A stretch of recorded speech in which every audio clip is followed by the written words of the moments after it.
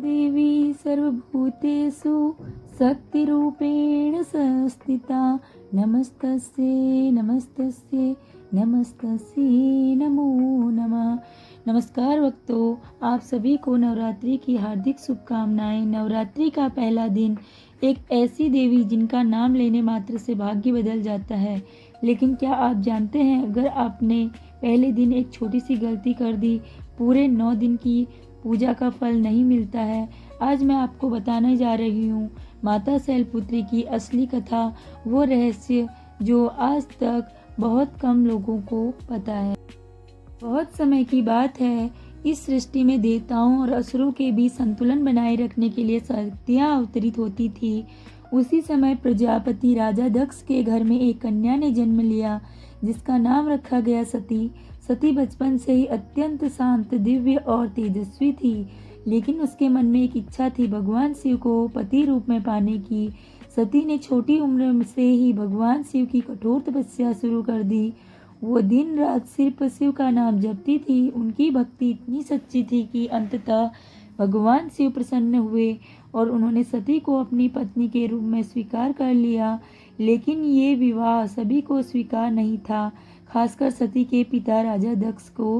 राजा दक्ष को भगवान शिव का रहन सहन बिल्कुल पसंद नहीं था।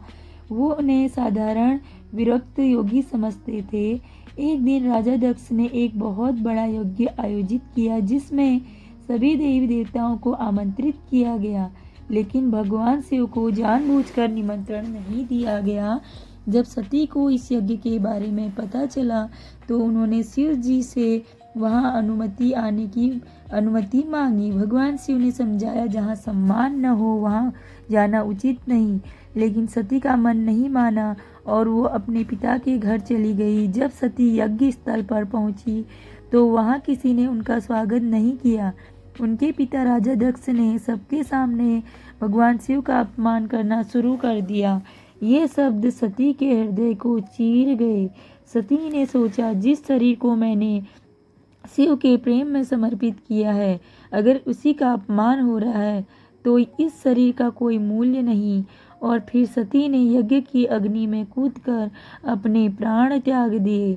जब भगवान शिव को यह समाचार मिला तो उनका क्रोध भयंकर रूप ले चुका था।